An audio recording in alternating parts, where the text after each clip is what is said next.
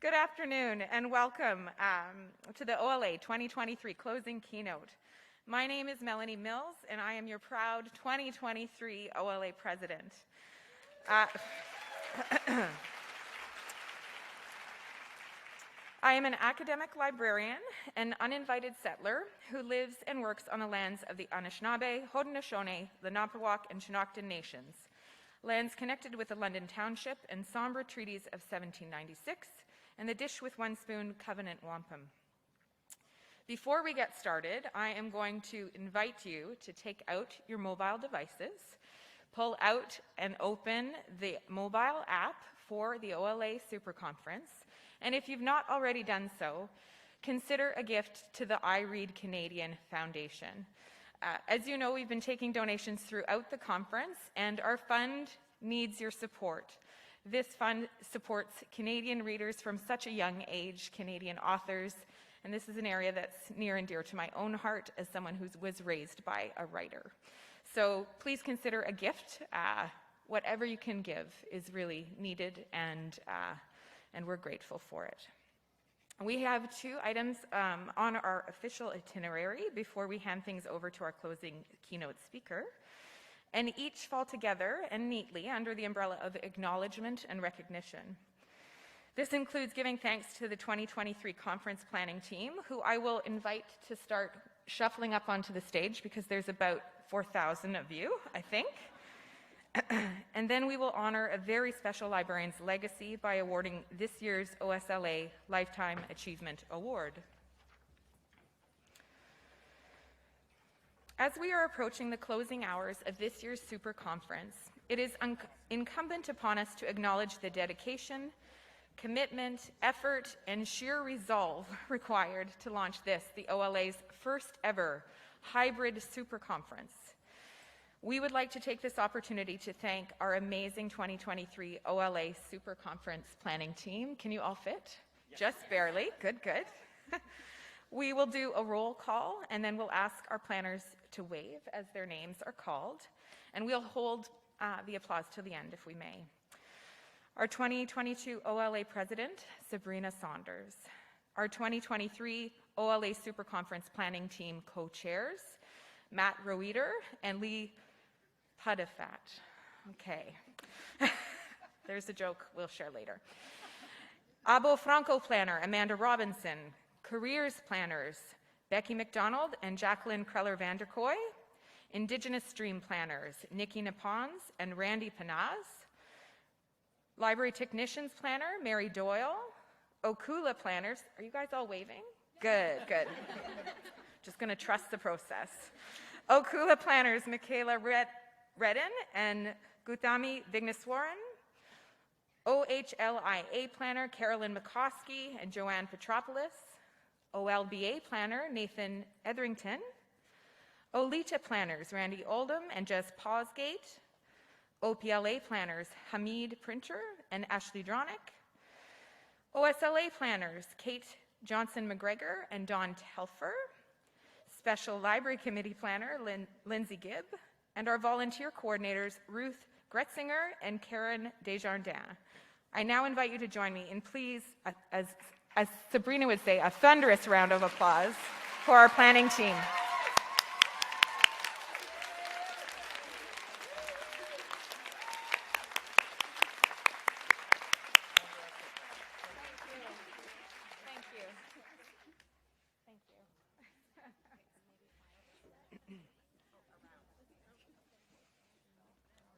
Please exit calmly and in an orderly fashion to the left.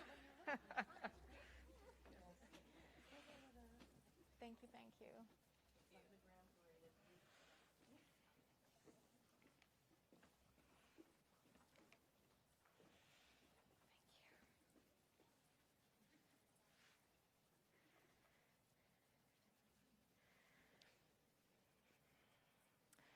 The following award presentation is bittersweet. This award recognizes Caroline Freibauer, who is a strong supporter of the Ontario Library Association, and through her work with the association, a tireless advocate for the library sector. We are honored to have Caroline's family here with us today. Please welcome Beth Lyons, our 2022 OSLA President, and Joanna Gibson-Lawler, our 2023 OSLA President, who will present the OSLA Award for Lifetime Achievement.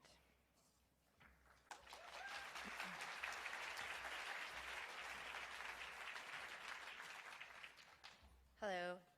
Historically, an award is given to a teacher librarian each year who exemplifies excellence in teacher librarianship. This year, the Council unanimously felt the award should be given posthumously to our friend and colleague, Caroline Freibauer. Caroline was a teacher librarian for about 10 years, the first 9 at Assumption High School in Brantford, Ontario. In 2020, she took a position as head librarian at St. Michael's College School in Toronto, an independent school for boys from grades 7 to 12. Before moving into the school library learning commons, she was a high school English teacher for nearly a decade. And before that, she worked as a reporter at the Brantford Expositor, a daily newspaper. The common thread through all of her jobs is a passion for learning. She was such a staunch believer in the power of the school library learning commons, a hub for learning in a school. As a lifelong learner, Caroline presented at the Ontario Library Association Super Conference, the Library as Place Conference, and the Bring It Together Echo Conference.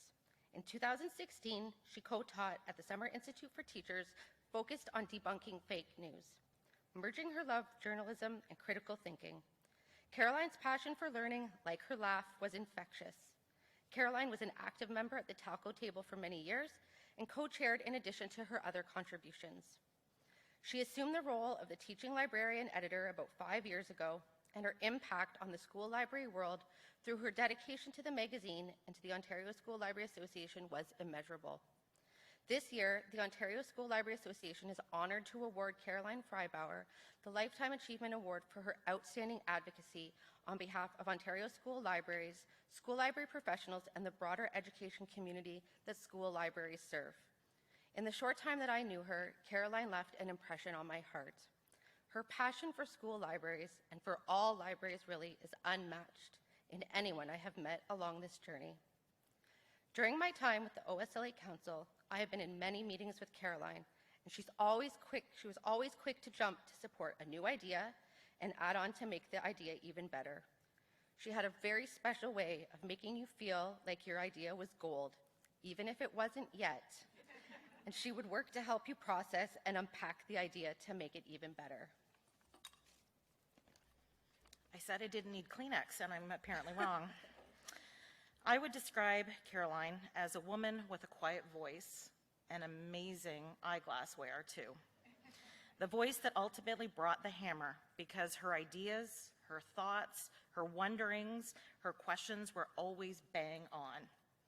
Caroline's presence was so much larger than her petite frame, and we all valued what she brought to the table, whether in person around a table or out for dinner in Toronto in a noisy restaurant or on our frequent Zoom meetings.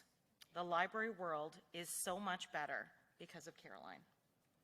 We thank her family for sharing her with us, and our library family cannot think of a more fitting way to honor her and her amazing legacy. Natalie and family, would you please come up and accept this award?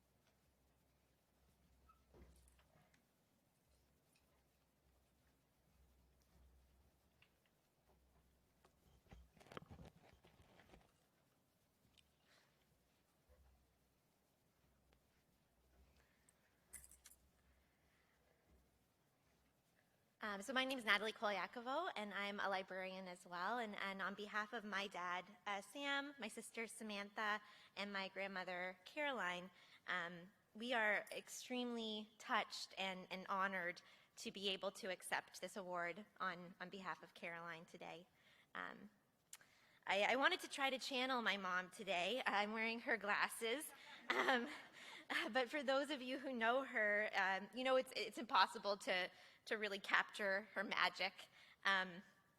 If she were here in place of me, she'd probably start off her award acceptance speech with a very well-planned, self-deprecating anecdote or a kind of kooky story. She was really great at working a room. And she really valued the OLA and the community that she found through the Ontario School Library Association just so very much. And all of the tributes and support from the community have really meant the world to us. I've been going to Super Conference together with my mom since I was in library school, and she would often introduce me to people by saying, you know, this is my daughter Natalie, she's a real librarian. For some reason suggesting that because I worked in an academic library, I was more of a librarian than her, and that statement is ridiculous for a few reasons. The first being that we all know that teacher librarians are freaking badasses. And the second being that I can only hope to aspire to be half the librarian that she was.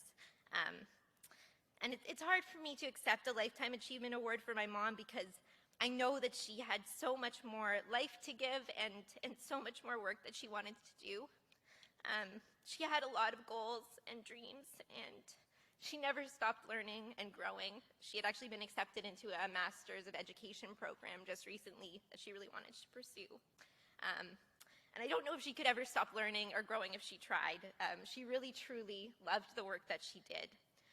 And so whenever I'm feeling stuck or not sure if I should take a chance in my life or my career, I think about my mom and the choices that she made in her life, and it gives me permission to take that chance.